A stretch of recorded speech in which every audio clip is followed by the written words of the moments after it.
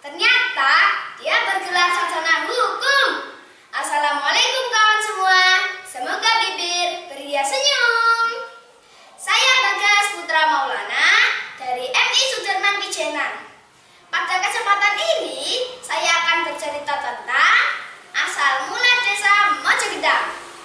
Kisah ini dimulai dari lolosnya Raden Mas Said dari Keraton Kartasura pada hari Rabu Kliwon tanggal 3 Rabiul Awal tahun Cimakir 1667. Awalnya Raden Mas Said hanya diikuti oleh 18 orang. Namun lama-kelamaan pengikutnya terus bertambah. Sesuai dengan saran Kiai Wiro Diwangso, Raden Mas Said memulai perjuangan dari daerah Larah Wonogiri yang merupakan desa kelahiran leluhurnya, yaitu Raden Ayu Sumarsono. Pangeran Raden Mas Said menggunakan taktik perang gerilya sehingga tidak pernah menetap dalam waktu yang lama di markasnya. Beliau selalu berpindah-pindah pergerakan pasukannya, kadang di Laro, kadang di Gunung Kidul, dan tiba-tiba muncul di Keraton Kartasura menyerang pasukan Belanda. Ketika Belanda hendak membalas serangan, pasukan Pangeran Sambernyawa sudah raib di hutan-hutan sekitar Bangwetan. Begitulah, dengan gigih Pangeran Sambernyawa terus mengobarkan semangat pasukannya. Hingga 15 tahun pun berlalu, perang gerilya belum ada tanda-tanda akan berakhir. Sang pangeran yang pemberani pun mulai banyak termenung ketika malam tiba. Akhir-akhir ini, hamba lihat Gusti Pangeran banyak termenung. Persoalan apakah yang merisaukan Gusti? Tanya Rangga Panambang, salah satu pengikut setianya.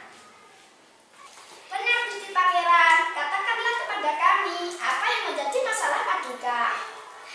Lanjut kata Kurdanawarsa dan Nitidana, pengikut setia yang lain. Pangeran Sambernyawa pun mulai menceritakan masalah yang membuat hatinya resah. Beliau mencemaskan keadaan pengikutnya akibat perang gerilya yang berkepanjangan. Gusti Pangeran tak perlu mencemaskan kami semua. Kami sungguh ikhlas berjuang sehidup semati bersama Pangeran untuk menentang kaum penjajah, kata Rangga Panambang. Oleh karena itu, dengan diikuti oleh ketiga pengikut setianya, Pangeran Sambernyawa untuk sementara waktu memisahkan diri dari pasukannya. Mereka berangkat ke tengah hutan yang sunyi dan memohon petunjuk Tuhan Sang Pencipta. Dalam rimba yang begitu hening, itulah Pangeran Sambernyawa dan ketiga orang pengikutnya tanpa henti memohon petunjuk Sang Pencipta. Permohonan yang tiada henti itu akhirnya dikabulkan oleh Sang Pencipta. Tak tepat pada tengah malam yang hening, Raden Mas Said mendengar suara gaib yang ditunjukkan kepadanya. Engkau yang dipilih zaman, teruskan bertapamu. Jika nanti ada burung yang bersuara aneh, sadarkan bertapamu. Itu tandanya engkau bakal jadi raja. Raden Mas Said pun bersyukur dalam hati mendengar pesan suara gaib itu. Oleh karena itu, sang pangeran pun semakin bertekun dalam doa dan permohonannya. Ketika genap 40 hari Pangeran Sambernyawa dan ketiga pengikutnya itu bertapa, burung aneh yang diramalkan dalam suara gaib itu benar-benar datang. Burung itu tak berbeda jauh dengan burung berkuku lainnya. Hanya saja kicauannya sangat aneh. Burung itu mengandungnya, "Sama anakku mesti jadi luhur." Artinya, barang siapa yang makan aku pasti jadi raja. Raden Mas Said dan ketiga pengikutnya sangat heran mendengar kicauan burung aneh itu. Namun sang pangeran segera teringat bunyi pesan gaib yang telah diterimanya beberapa waktu yang lalu. Dengan penuh ucapan syukur, Raden Mas Said segera bersujud di atas batu besar, Watu Komasoto, yang dipergunakan sebagai tempat bertapa itu. Pangeran Sambernyawa pun berkata, "Kiranya kalian bertiga menjadi saksi.